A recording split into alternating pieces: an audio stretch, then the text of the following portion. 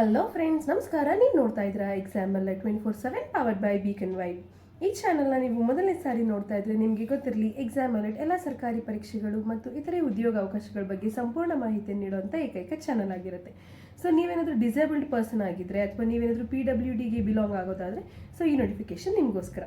So ಇದೊಂದು admission notification ಆಗಿರುತ್ತೆ, specially for disabled persons. ಓಕೆನಾ. ಸೊ ಇದು national institute for empowerment of person with multiple disabilities. ಓಕೆನಾ.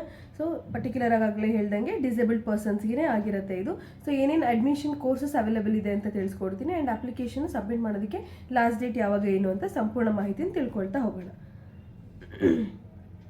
So courses ನೋಡ್ತಾ ಇದ್ರೆ ನಮಗೆ ಇಲ್ಲಿ MPhil ಕ್ಲಿನಿಕಲ್ ಸೈಕಾಲಜಿ ಇದೆ. ಸೊ ಇದು ಒನ್ ಆಫ್ ದ ಕೋರ್ಸ್ ಆಗಿರುತ್ತೆ.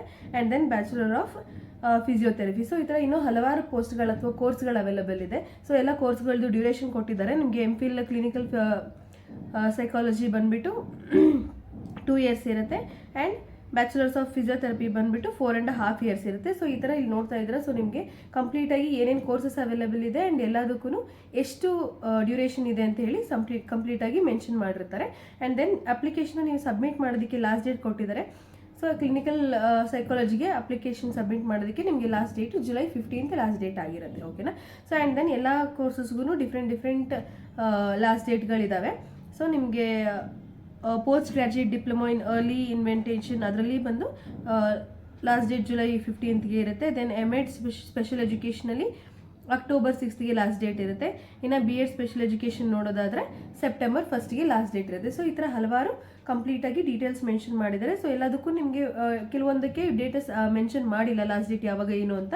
ಸೊ ಅದನ್ನ ಅನೌನ್ಸ್ ಮಾಡ್ತಾರೆ ಅಂತ ಹೇಳಿ ಮೆನ್ಷನ್ ಮಾಡಿದ್ದಾರೆ. ಓಕೆನಾ. ಇನ್ನು ಅಪ್ಲಿಕೇಶನ್ನ ಸಬ್ಮಿಟ್ ಮಾಡೋದು ಅಥವಾ ಅಪ್ಲಿಕೇಶನ್ಗೆ ನೀವು ಫಿಲ್ ಮಾಡೋದು ಹೇಗೆ ಅಂತ ಹೇಳಿದ್ರೆ ನಿಮಗೆ ವೆಬ್ಸೈಟ್ ಅಡ್ರೆಸ್ ಕೊಟ್ಟಿದ್ದಾರೆ. ಓಕೆನಾ. So admission through CET 25. Okay. Please visit. ಇಲ್ಲಿ ಅಪ್ಲಿಕೇಶನ್ ಸಬ್ಮಿಟ್ ಮಾಡೋದಕ್ಕೆ ಅಥವಾ ಅಪ್ಲಿಕೇಶನ್ನ ನೀವು ಹಾಕೋದಕ್ಕೆ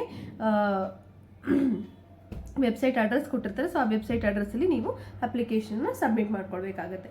ಓಕೆನಾ. ಸೊ ಇನ್ನು ಎಲಿಜಿಬಿಲಿಟಿ ಕ್ರೈಟೀರಿಯಾ ಆಗಿರ್ಬೋದು ಅಥವಾ ಲೈಕ್ ಇನ್ನು ಅಪ್ಲಿಕೇಶನ್ ಫರ್ದರ್ ಡೀಟೇಲ್ಸ್ ಏನೇನು ಬೇಕು ಅಂತ ಹೇಳಿದ್ರೆ ನಿಮಗೆ ವೆಬ್ಸೈಟ್ ಅಡ್ರೆಸ್ ಕೊಟ್ಟಿದ್ದಾರೆ. ಸೊ ಆ ವೆಬ್ಸೈಟ್ ಅಡ್ರೆಸ್ಸಲ್ಲಿ ವಿಸಿಟ್ ಮಾಡಿದ್ರೆ ನಿಮಗೆ ಇನ್ನೂ ಸಂಪೂರ್ಣ ಮಾಹಿತಿ ಅದರಲ್ಲಿ ಕೊಟ್ಟಿರ್ತಾರೆ. ಸೊ ಇನ್ನು ನೀವು ಲೈಕ್ ಡಿಸೇಬಲ್ ಆಗಿದ್ದು ಜೊತೆಗೆ SC/ST OBCಗೆ ಬಿಲಾಂಗ್ ಆಗಿದ್ರೆ ಅಂತ ಹೇಳಿದ್ರೆ ನಿಮಗೆ ಸ್ಕಾಲರ್ಶಿಪ್ ಕೂಡ ಇರುತ್ತೆ. ಸೊ ದಯವಿಟ್ಟು ಈ ಮಾಹಿತಿನ ಲೈಕ್ ಸಂಪೂರ್ಣವಾಗಿ ಉಪಯೋಗಿಸ್ಕೊಂಡು ಅವಶ್ಯಕತೆ ಇದ್ದಲ್ಲಿ ದಯವಿಟ್ಟು ಈ ಕೋರ್ಸ್ನ ತೊಗೊಂಡು ಅಪ್ಲೈ ಮಾಡ್ಕೊಳ್ಳಿ. ಓಕೆನಾ. ಸೊ ಮಾಹಿತಿ ಇಷ್ಟ ಆಗಿದೆ ಅಂತ ಹೇಳಿ ಭಾವಿಸ್ತೀನಿ. ಸೊ ಮಾಹಿತಿ ಇಷ್ಟ ಆಗಿದ್ದಲ್ಲಿ ದಯವಿಟ್ಟು ನಮ್ಮ ಚಾನಲ್ ಸಬ್ಸ್ಕ್ರೈಬ್ ಮಾಡ್ಕೊಳ್ಳಿ, ಬೆಲ್ ಬಟನ್ ಅನ್ನು ಒತ್ತಿ ಎಲ್ಲ ಅಪ್ಡೇಟ್ಗಳನ್ನ ಪಡ್ಕೊಳ್ಳಿ. ಕಾಲವು ನಮ್ಮದೇ, ಕೆಲಸವು ನಮ್ಮದೇ. ಧನ್ಯವಾದಗಳು.